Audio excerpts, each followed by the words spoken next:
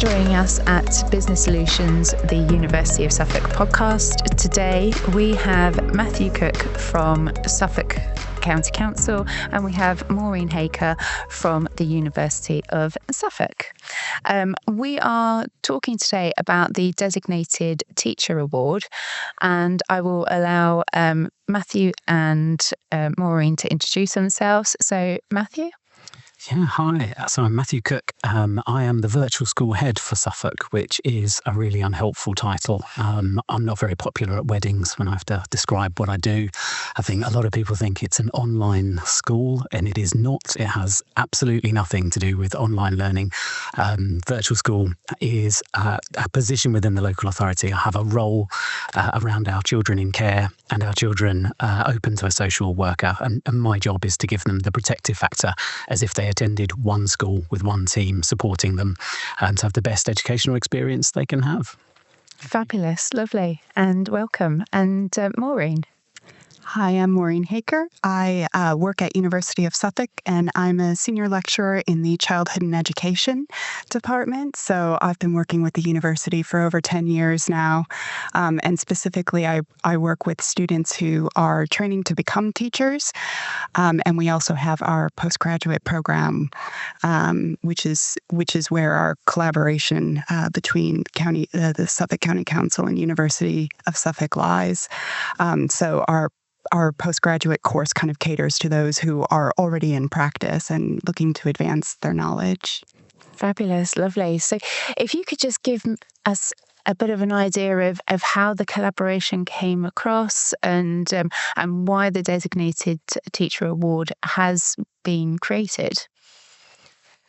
Sure. Shall I start? Yeah, I'm happy to chip in afterwards. Yeah. So, I think it was about 2014. It was some time ago. Ro, who works with Matthew at the Suffolk Virtual School, approached me and said, there's been, some updating of policies, and we're looking to be able to offer some of our teachers within Suffolk the opportunity to upskill, particularly those who are working with children in care. And so we kind of started talking, and she was thinking about, is there a module or something that we could kind of put together, or some kind of training that we could offer?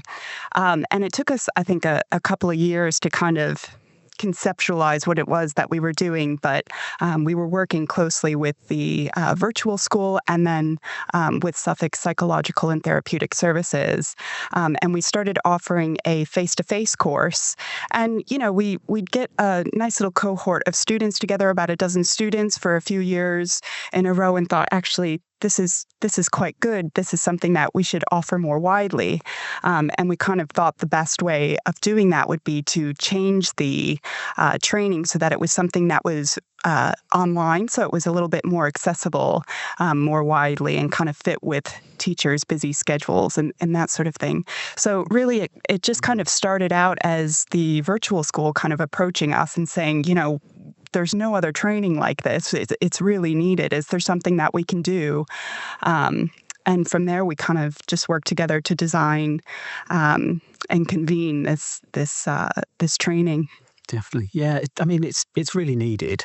And there's lots of other training opportunities for other roles within schools, like the SENCO qualification, the school leader qualification, the MPQ, H's and SLs. And it just felt like there was a gap, because the designated teacher role is such a precious role within a school, and it's so unique in its sort of skill set that I think that it's really important. It gets the kind of equity of validation, and having a postgraduate qualification is totally appropriate, because it's a very skillful role, requires a huge amount of multi-agency coordination.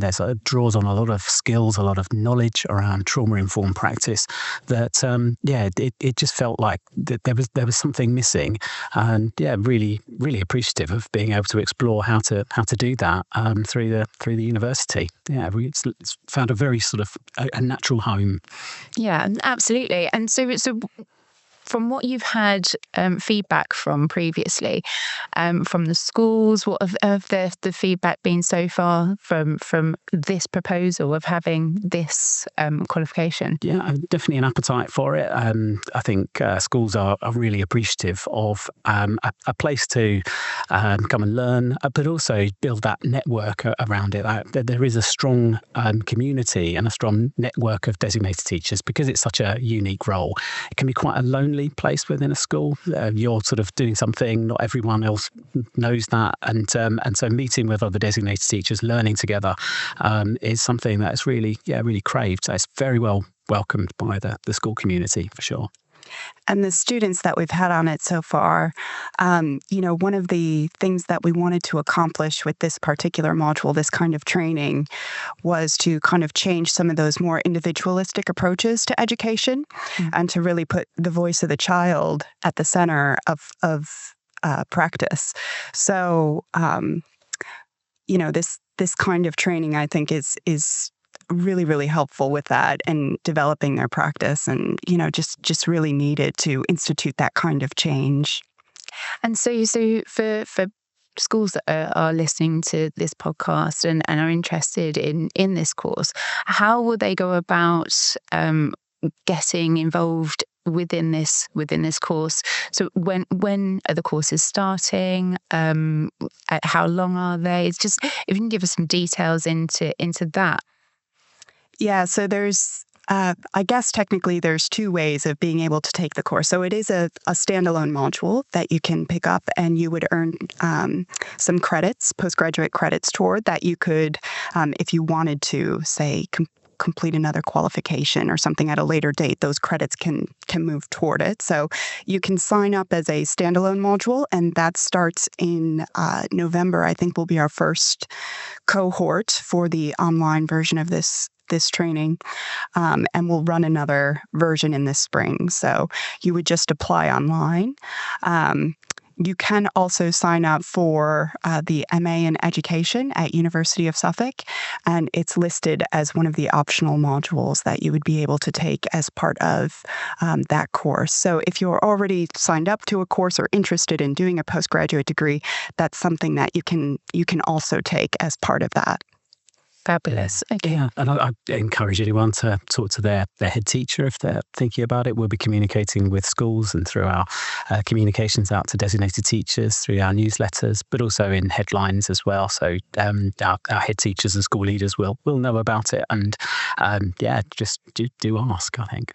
And so as a head teacher, if I'm listening to this podcast, what is the benefit of them putting a designated teacher onto this award? I think a lot. Many people get the role, and it's kind of something that you learn as you go. There needs to be a designated teacher in every school. In some cases, there hasn't been a child with care experience, and so it might be that a young person starting at the school is what triggers that. So having a kind of a wealth of material to learn from is going to be really helpful in that situation, because you don't know what you don't know, I think, is the sort of the main crux of it. And as a role, it's so critical for our most vulnerable children within the school, and it's a group of children that we need to do better by, and the designated teacher is a kind of a critical aspect of that.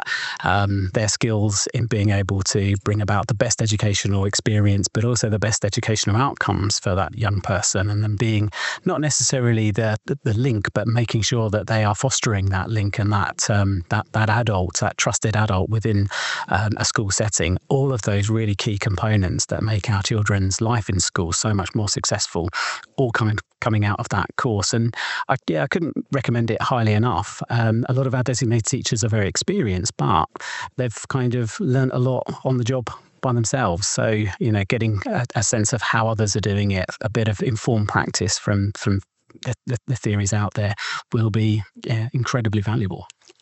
Yeah, and as you said, that it's that support network as well, that they'll be introduced to other designated teachers who they can then lean on it for that support. That's what I'm guessing will happen as well, because it's going to be an online course as well, so it's going to be accessible to anyone and everybody, not just people in Suffolk. Yeah, and there's opportunity within that online space for collaboration and for getting to know some of your peers. And, there are activities that will allow you to kind of share your experiences and read about other people's experiences as well. Absolutely. Yeah, that's one of the most precious elements of it, because a designated teacher is often a sort of a directory.